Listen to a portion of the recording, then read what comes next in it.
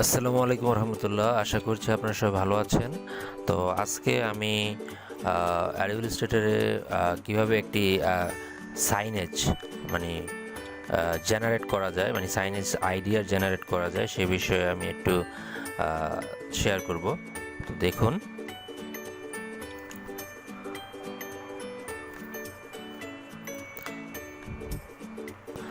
প্রথমত আমাকে অবশ্যই আমার যে আর্টবোর্ডটা আছে সেই আর্টবোর্ডটাকে আমার এভাবে সিলেকশন করে ইন্টার প্রেস করে আর্টবোর্ডটার সাইজটা আমার এখান থেকে দিয়ে দিতে হবে 24 ইঞ্চি বাই 32 ইঞ্চি সাইনেজটার যে সাইজটা আছে। ওকে, তারপর এখান থেকে রেক্টেঙ্গেল নিতে হবে। রেক্টেঙ্গেলটা নিয়ে আমার এখান থেকে 24x32 ক্লিক করে এটাকে আমার সেন্টার অ্যালাইনমেন্ট করতে হবে। ঠিক অবজেক্টে গিয়ে যেভাবে আমরা আগে ভিডিওতে দেখিয়েছিলাম অফসেট পাথ, এটা সব ডিজাইনের ক্ষেত্রে এখানে আমার এটা করতে হবে। তারপর এটাকে আমার এখানে এসে গাইড করে নিতে হবে। তারপরে রোলার দিয়ে আমার এটা সেন্টার পজিশনটাকে ঠিক রাখতে হবে। আচ্ছা,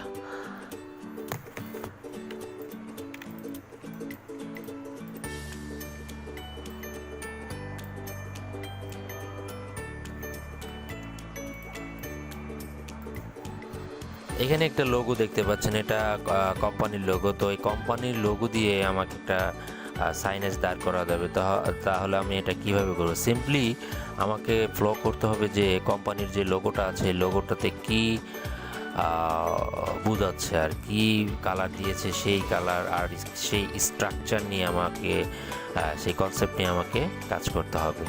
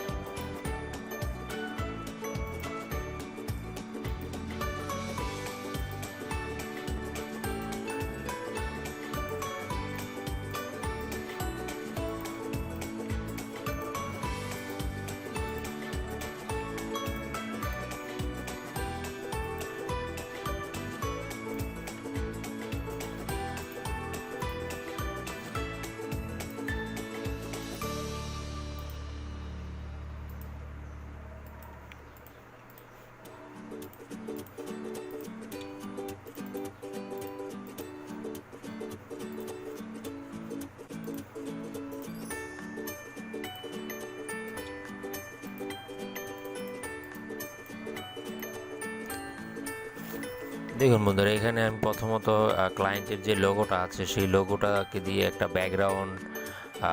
ব্যাকগ্রাউন্ডের যে স্ট্রাকচারটা আছে সেটা আপাতত আমি এভাবে তৈরি করে রাখলাম। তো আমি দেখুন এটাকে কি করি।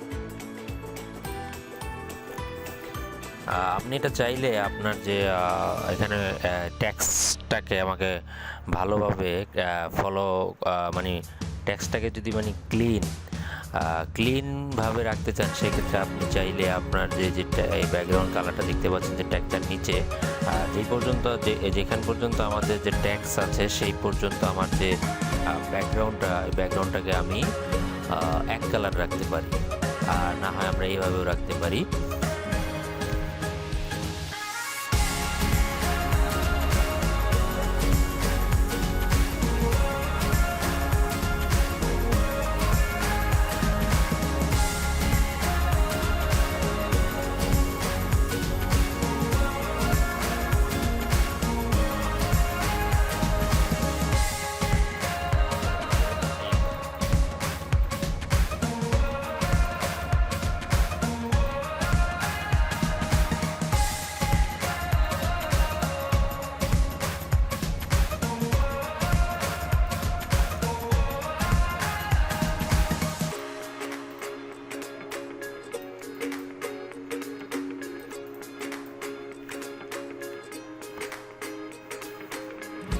তো আশা করছি ভিডিওটি আপনাদের ভালো লাগবে, যে আমরা আসলে যখনই আমরা একটা সাইনেজ যে কোনো ডিজাইন আমরা দাঁড় করাতে যাই, তখনই আমরা যদি এইভাবে যদি ফলো করি, মানে ক্লায়েন্টের যে দেওয়া যে লোগোটা, সেই লোগোটা দিয়ে যদি আমরা লোগোর যে কনসেপ্টটা আছে, কনসেপ্টটা দিয়ে যদি আমরা কাজ করি, তাহলে আমরা ক্লায়েন্টেরও দেখা গেছে যে আপনার এই ডিজাইনটা ক্লায়েন্টেরও পছন্দ হবে।